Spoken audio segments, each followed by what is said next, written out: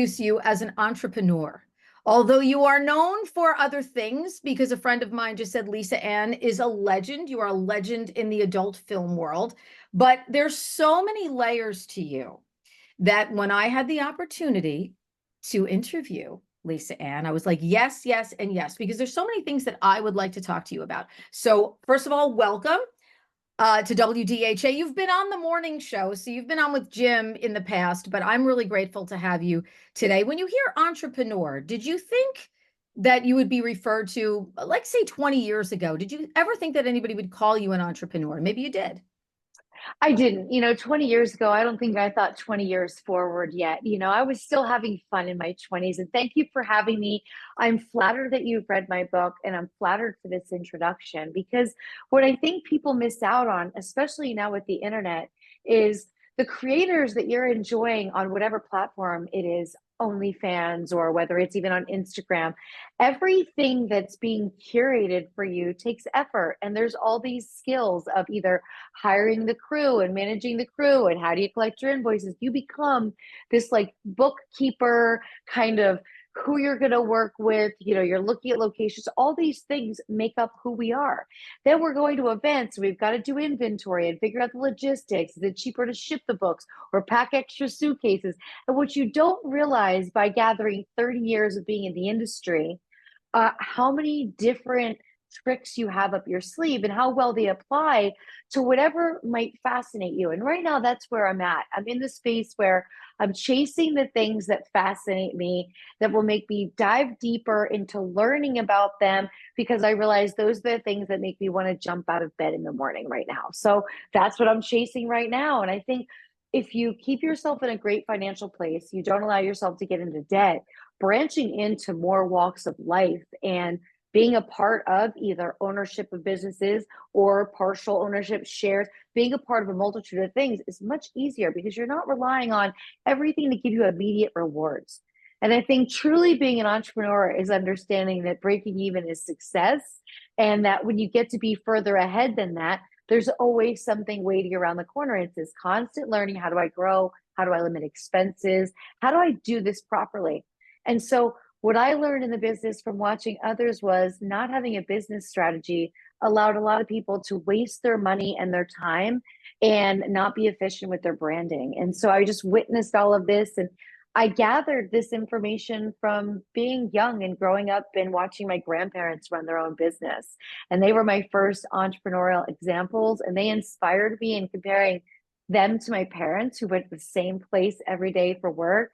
I was Yes. like, no, I want to be my grandparents. So what do I do to be able to create my own space, walk, schedule, all those things? Yeah. I think your recipe for success also has really been that you have branded yourself with the things you love. You've not tried to push yourself into, well, this is kind of trendy and hip happening now. Now, I'm not even going to talk sports with you because you are so on another level. Like Jim was a sports guy and he talks sports with you all the time. But I thought it would be so interesting to have you on because I think also the rebranding. Look, you're not an adult superstar. And then sort of say, and you know what? I think tomorrow I'm going to try this. And everybody's going to be like, well, come on in. This is an almost an insurmountable, no pun intended, an insurmountable task to do something like that, especially being so known for that world, and other worlds are not going to want to let you in. So how do you decide, you know what? Look, you left the adult world, then you came back, and then all of a sudden things exploded for you, your career went in all these different ways. So how do you have that tenacity to say, you know what, even though I know every door is going to close in my face, not once, not twice, probably multiple times, I'm still going in and I'm going to expand my brand and become who I want to be? Well, my choice is I can just continue to go to Exoticas for the rest of my life because I love them and they're easy. And I have this mutual relationship with my following and with my colleagues and with the people that I've met at booths through the different cities and all of that. But it's just not challenging anymore. And I really enjoy the challenge of reading people as I enter new spaces and kind of feel the room a bit. because not everybody needs to be on Team Lisa. And I respect and completely understand if people have their own hangups with the industry or content, or maybe they watch too much and they don't want, whatever their thing is, it's really just their thing. So I'm not here to control the narrative for other people's thoughts. I'm here to say I want to do something new, and eventually I'm going to meet people, because we have so many more people than you realize in the world that do not care about your past. They just want to know, are you consistent with your work ethic? Are you going to be a good promoter for whatever we're involved in together? Do you keep, just your life being And a consistent? nice person. Let me get this in here because I've spoken to people and I kind of remembered what everybody said to me. She's so nice. She goes above and beyond for her fans. I spent so much time with her. Well, Lisa's here to promote Exxxotica. She's at the Exxxotica Expo at the New Jersey Expo Center in Edison. That happens this weekend, October 25th, 26th, and 27th. There's a lot going on. Exxxoticaexpo.com for all the details. You get all the schedules, get all the performers, all the different symposiums and things that are going on. But there are people that go to this every year. You don't necessarily have to be someone who is just like totally like into porn stuff. People say it's so much fun. Everybody at the expo is so nice. We had the best time. There seems to be this sense of community for people that just want to go somewhere and have a really good time. No judgment. There's never any judgment, but you are the person that so many people have come back and said that you just go the extra mile there for your fans. So why is it still so important for you to connect like that at Exxxotica? No matter what I do, I'm going to put my 100 in. If I'm going to get out of the door and do something, I'm going to do it 100% the right way. And the relationship that I've built with Dan and Jay from Exotica over the years, and their team, Brittany and Steve, and everybody in there too, they're just become family to me. So now I believe that if you work with people you like, you go the extra mile for them because you like them. You know other people are giving them a hard time, or something went wrong somewhere, and they're your friends. And when you're working with your friends, well, you can't pile on. You know what I'm saying? You've got to be the A plus at all times, so you're just not a worry. And I picked on that early in my feature dance career. So I would usually go to dinner with the club owner. Maybe the club owner, their wife. We'd sit at dinner and we'd of course talk about the industry, and they would talk about some of the very popular girls they had, but quite often they'd miss their flight, and quite often they'd miss a show, or they just wouldn't show up at all. And so I learned quickly, like, if you don't ever mess up, you might get a job, even if you're not as popular as somebody else, because it's less stress for everybody involved. And I think a huge chunk of my career before Palin, before I was really well known, I think a huge chunk of my success was just for being reliable and being consistent and being kind. If I'm taking the job, I want to do it my best no matter what it is. Yeah, yeah. And that shows that's the recipe for your success. And I think giving that to other people and letting people know, it gives people hope. I think it definitely gives people hope for what they can do for extensions of their own brand. I mean, all And right, let look, me just say this, Exotica is such a place for just it's experience, right? I know friends that go in every city that it is where they live. So they go once a year. Like, it's something we don't get anywhere else. It's the experience. We're curious, we're learning. And there's also a lot of B2B there now. So there's a lot of business for like creators, where it's like how you can protect your images and your likeness and all these different companies. So you get to see how this business has this ecosystem of its own, and how it's growing and yes, growing. And yes. it's cool to have your finger on the pulse of that and see what it's like, because it's a whole different world for most of the world. Yeah, and you can see all of that at exoticaexpo.com. If you go to the schedule, you can see all of the different things and you'll be like, wow, they're going to show us how to do this, or they're going to show us how to do that. You're also doing a book reading, which we're going to talk about in a minute. But when I talk about Lisa's expanding of her brand, you're a broadcaster, you're an author, you're, I call it a sports super host, an expert. You've got your Great Better Halves show on satellite. You had your own production company. I mean, you just have done all of the things that you've dreamt about and have wanted to do, and done them very, very successfully. So that, I think, is like something that I don't want ever to get missed on people, because people know you as a legend from one area. But I think this second chapter of your life and the third chapter of your life are just as successful It's for you it's as that first funny. chapter. At Exotica, I would say I'm at the point where 50% of the guys or couples or women will walk up to me and they'll just say, "Man, it's so cool to see all the stuff that you're doing. Like, it's so cool that I get to follow your new life." And they get it. Or like, "Oh, I love your fantasy football stuff," or "I'm really enjoying Better Halves." And like my podcast, like they just really announce it. And I think there's a comfort in knowing that we probably spent a lot of time together at one point in time in their lives. Right. And now they've grown up too. They probably aren't the same person that they were 20 years ago. But the fact that we're still connected in a sense, and it's like, oh my gosh, I remember her from this, and now I get to see her and hear her doing this. It's really awesome, and Yeah. it shows me the people that just are judgment free. Hey, you're hustling, you're working hard to do new things, you're creating, you're writing, you're And your doing stuff like. success. You're a massive, massive success. Well, let's talk about the books too. Because you're going to be doing the book reading Saturday, Yep. starting at 2, going till about 2:45 from The Life Back, which is the second book, the follow-up to The Life. And The Life Back is a little bit deeper. The Life is about the early life, the adult industry, and then The Life Back is literally you telling your story about and struggles. It's not Yep. always, because we're talking about it and it's like, yeah, she's so successful and she did this, but the struggles are in the book as well. So when you're out at a book reading, say at Exxxotica, what is that like for you? I can't even imagine what that crowd would look like too at the book like reading. It's fun because I really kind of I pick something different by the theme of the room. Sometimes I'll read in the life about a story how when I was first driving on the road, I drove with this 5 foot some bong, and it was called Kareem Abdul-Jabbar, and it went everywhere with me. And then when I finally wasn't driving anymore, I left it with a DJ in San Francisco. But it was like the greatest icebreaker with friends because back then you had horrible hotels and so you didn't care if you smoked in the rooms. And I'd bring the DJ back and a bunch of the girls back. So I'll tell that to laugh to break the ice on the room. And I think the most valuable part of my book reading each time I'm at Exxxotica is the Q&A.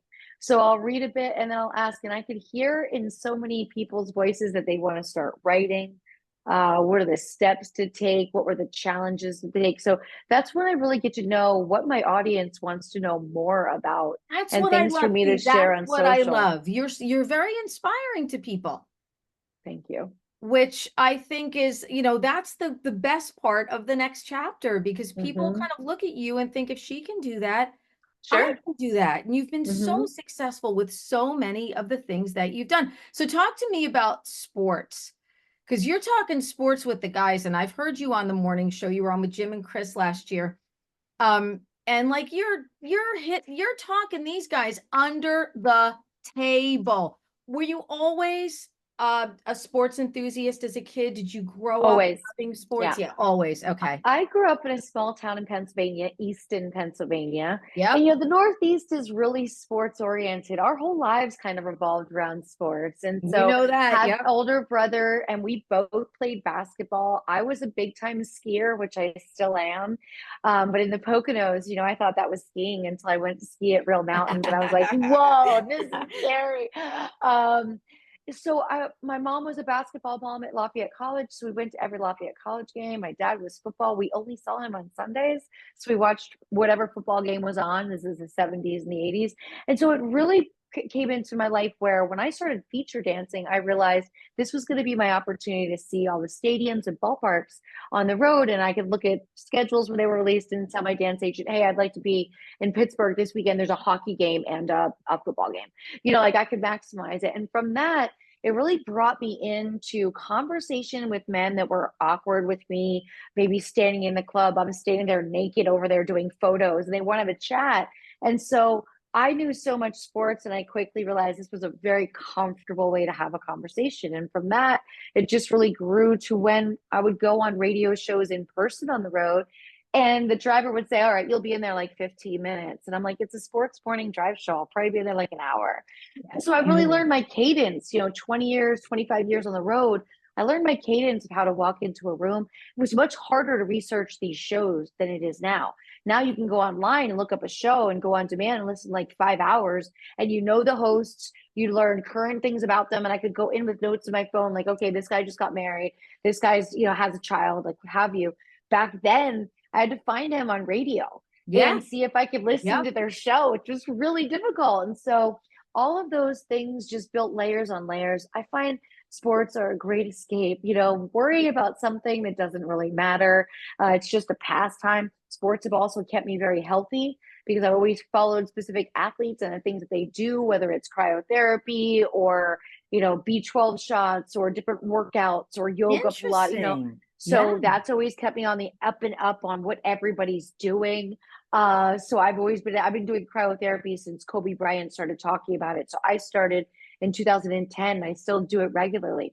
Oxygen therapy, which is a hyperbaric chamber. So sports just gives me this like, okay, I want to learn more. You're into autobiographies. I read all these autobiographies, all these little news stories, what are players doing for their health. And then I also just loved following it. So I almost got to see all the ballparks and some of the new and some of the older stadiums, but it just really became even more and more about my life. And on the road, when you don't know what TV channels, ESPN is just on Everywhere. in your Yeah. hotel room, Yeah. just on 24 hours. That's why I just leave that on. So just got better. I watch every game. So on Sundays, that's my day on my own. I watch all the games. And at 6 o'clock, I'm live on Fantasy Sports Radio. So that's Sirius XM channel 87. Yep. Lisa Ann does fantasy. And so we're in game for those 2 hours. And me and Adam, we're really good friends. So a lot of times we'd be watching the games and texting. So it's like we watch all these games, that at 6 o'clock we patch in, we're live together. It's like we're talking on the phone for 2 hours during the live action and then Awesome. go back and watch the Sunday night games. So I just love it. I love it. I think it's a healthy escape, and everybody's passionate about something. Some people love movies, and That's where your sports my authenticity thing. comes from. I think that that's where your authentic self comes from doing the things and being a part of the things that you love. I couldn't imagine being a part of something every day that I didn't absolutely love. And I think that that is what has made you such a success. Yeah, and sometimes people will ask me, "Hey, you should get into soccer," and I'm honest, like, look, I only want to talk about sports I know about. I Yeah. want to watch them. I don't want to be asked to watch them. I tried that with baseball. I did 2 years of fantasy baseball, and on my second year, I finished in second place. And I told the league, "I'm out. I'm leaving on a high note. This was so much work. I was in Italy for a month making trades remotely. It was such a daily Oh lineup my changes. I was like, God. I don't even like baseball that much. Like, we're just getting back That's so together, funny. being baseball." But yeah, I want to do the things that I want to do so I can really speak fluently and with clarity about them. And now I know why your fans love you so much, because everybody that says she's the nicest person at the whole expo, and you certainly are, and always so interesting. There's always so much going on with you. I encourage everybody to get the books too. The Life And and the Life Back. also, I will say these are going to be my last two Exxxotica. So I let everyone know, if you're coming to Jersey, you won't see me at Jersey next year. Now I can never say forever because I love Dan and Jay, and I can never say forever. But Oh what I've boy. realized is I've done these for so many years and I've loved them, but they don't really add value to my future life. And I need to open that space for new things, new conversations, being in new rooms with new people. And as I embark in launching a new business with bigger partnerships, I realize I have to focus on that time. It's like breaking a habit. I love going. It's like a vacation for me 4 times a year with all of my friends. But that's a lot of like distraction. And so, yeah, I told Dan and Jay I love them so much and I would do it forever, but I So just it's feel your it's time. Exxxotica swan song. It's the swan song. Yeah. It's the final Exxxotica for Jersey. Again, Yep. never say never, but you're not going to Yep. be back next year. And let me tell you Yep. something too. Exxxotica tickets, when we give them away, one of the most popular tickets. People love to go. Yep. They love to have the weekend. They absolutely love it. And so this is going to be your final one. And my heart already pangs for it.